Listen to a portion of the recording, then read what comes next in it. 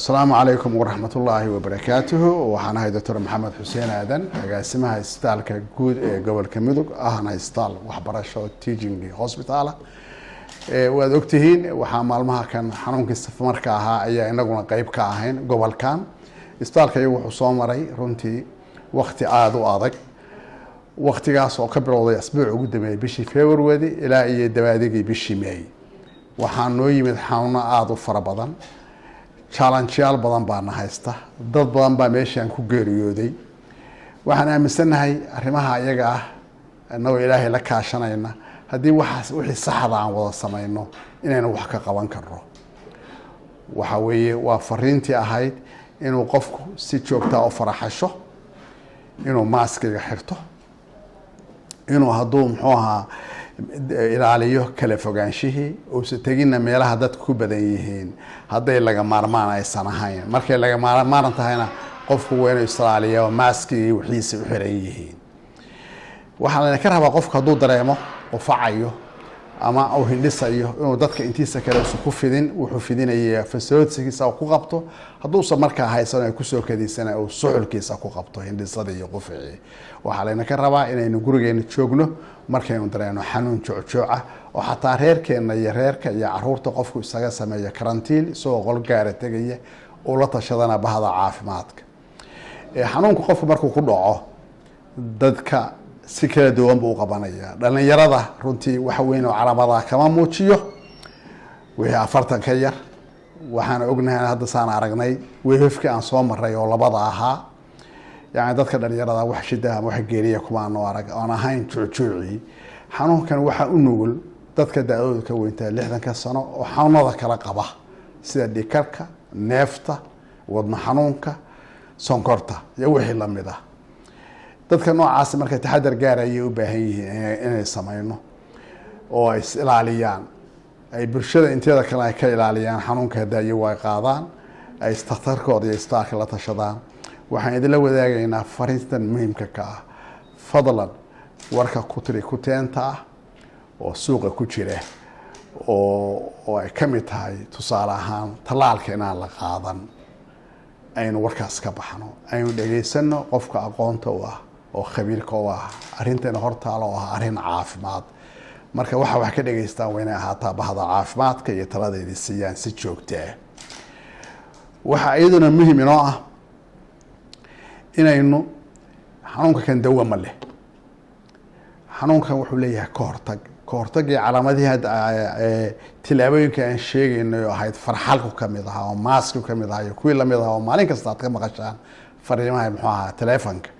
aan joogtayno waxa kaloo ayna ka rabaa talaalka inaan qaadano talaalku waxaa la xaqiijiyay inuu waxtar leeyahay aniga hadda idin hor fadhiya labadii talaal waa qaatay oo talaal soo saaraha ay lahayd AstraZeneca wax shida oo aan la kulmay oo aan ahayn galab ma subaxii aan qaatay galabnadooda waxaan dharay galabnadii dhowr hindhiso ayaa iga yimid oo xiriira ilaa waana xaqiijiya waxaan ka dareemay meeshii la iga doorana saacado 4 ila 9 saacadood meelaha ka mid ah wax yar oo culays ah oo xanuun ku sheega ayaan ka dareemay wax shida oo kale ma arag waxaan maqlay dhalinyaradii oo leh warbaarka yaa la qaadan oo maxay leeyihiin baarka wuxuu ka dhigayaa inay naatarmin dhalinyarada yar oo hadda isqabo iskuursatay waliba kooseenka noocaas waxa si gaar ah u sii qaba gabdhaha marka walaalayaal xanuunkii lama hayo wax inoo sheegaya labadii sano jirada jirtay inuu shida u geysanayo muxuu xagga taranta marka inaan warka suuqa gelino wixii saxdaadi maaha annagu isbitaal ahaan challengeyaal badan baan haysta waxaan marka la wadaagayaa dawladdeeda oo wasaaradda caafimaadka waa hay'adaha caawiya iyo bulshada aan isbitaalkan caawisay isbitaalka waa isbitaal public oo dadku leeyahay in challenge-yada soo socda ayaan haystay gacan la ka siiyo maxaa ugu horeeya inaan helo oxygen-ki dadkaan ku daweynaynay dadka waayeelka hadayaan sheegay oo 60 ka weyn badanaa waxa ku dhaca xanuunka calaamado badan buu leeyahay wuxuu ka asiibaa sababka markaas waxaan ogaanay in qofku soo waxba aan dareemin shida sababka shaqadiisa u baabiinayo virusku in ka badan 50% markuu dareemo neeftu inay dhibayso already sababkiisii boqolkiiba 50 shaqaysi waa dhamaatay. maxaa marka dawada kaliya aan ku caawin kara waxa weeye anagoo ilaahay la kaashanayna inaan sababkaas shaqaysi gabay oo ahayd isagoo qofku in oxygen-ka hawada banaanka uga gudbiyo oo wada u geeyo inaan siino mashiinka artificial-ka oo oxygen-ka siinayay. marka oxygen-kaas isbitaalkan hadda ma leh. wave-kii hore aan soo maray bilihii March April community-ga ganacsatada magaalada Gaalkacyo iyo dadka gobolkan u danqada qayb kamid ah oo Australia iyo Europe baa gacan la siiyay aan la malayn karin. arrintaas waa lagu soo caanamaalay.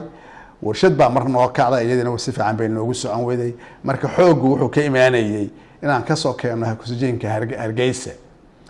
arrinta marka hadda maanta waa nooga taagan tahay. wasaaraddeeda anu waa inform gareeyay warkii way hayaan waxay naga ballan qaaday wixii tabartooda inay caawinayaan.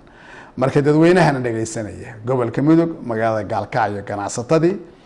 iyo dadka kale caalamka jooga oo gobolkan iyo Puntland iyo Soomaaliya ba runtii dadka shidadiisa ka xanuunsada waxaan ka codsanaynaa anoo ku hadlaya magacii ay sheegay magacayga iyo magaca shaqaalaha isbitaalkan iyo gobolka Mudug sudugiisa anoo ku hadlaya waxaan ka codsanaynaa in gacan la siiyo oxygen-ka. waxa pipeline-ka noogu soo jirta insha Allah waan heli doonaa warshadii oxygen-ka oo dadyo badan naga caawin doonaa insha Allah. laakiin wax intaana gaarin dhicisku waxa nafta wuxuu waaya inta la wada hadlayo intaan la gaarin waxaan u baahanahay maadaama hadda aan dareensanahay xanuunka inuu laba kacleyn inay jirto magaalada Gaalkacyo hadda isbitaalkan hadda aan fadhiyo bukaanka oo jiifo aan ognahay oo warka ku hayno gobolada kalena xanuunka inuu ka jiro xataa dad ay ku dhinteen meelaha qaarkood. waxaan codsanaynaa in gacan laga soo gaaro. challenge-ga noogu daran marka waxa weeye waa oxygen-ki. waxa noo raaco kale waxa weeye mashiino yar baa jira oxygen-ka sameeya oo la yiraahdo oxygen concentrator oo dadka qaarkood aan ku caawin karo. laakiin xoog ugu weyn waxa weeye waa inaan helo balloonski cylinderska oxygen-ka oo versionada kala duwan ah 30 litir 40 litir iyo 50 litir inaan helo ayaa muhiim noo ah.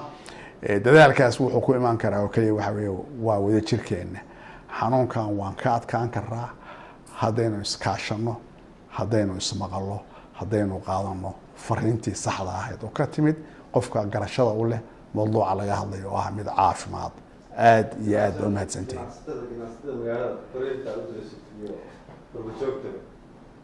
sidii haddaan sheegay waxaan xoog saaraynaa waan mar labaad u mahad celinaynaa ganacsatada magaalada Gaalkacyo sida wave-ki hore ama hirki hore sida noo caawisay iyo dadka qurba joogtayaba. marka mar labaad idinkii ayaan idin soo jeedinaa. waxaan idin ku codsanaynaa committee-gii nala shaqayn jiray waan wargeliyay shalayba markaan dareennay bukaanadii inay soo seexdeen in marka arrinta noocaas ah marka kan si kala har lahayn oo wadara inaynu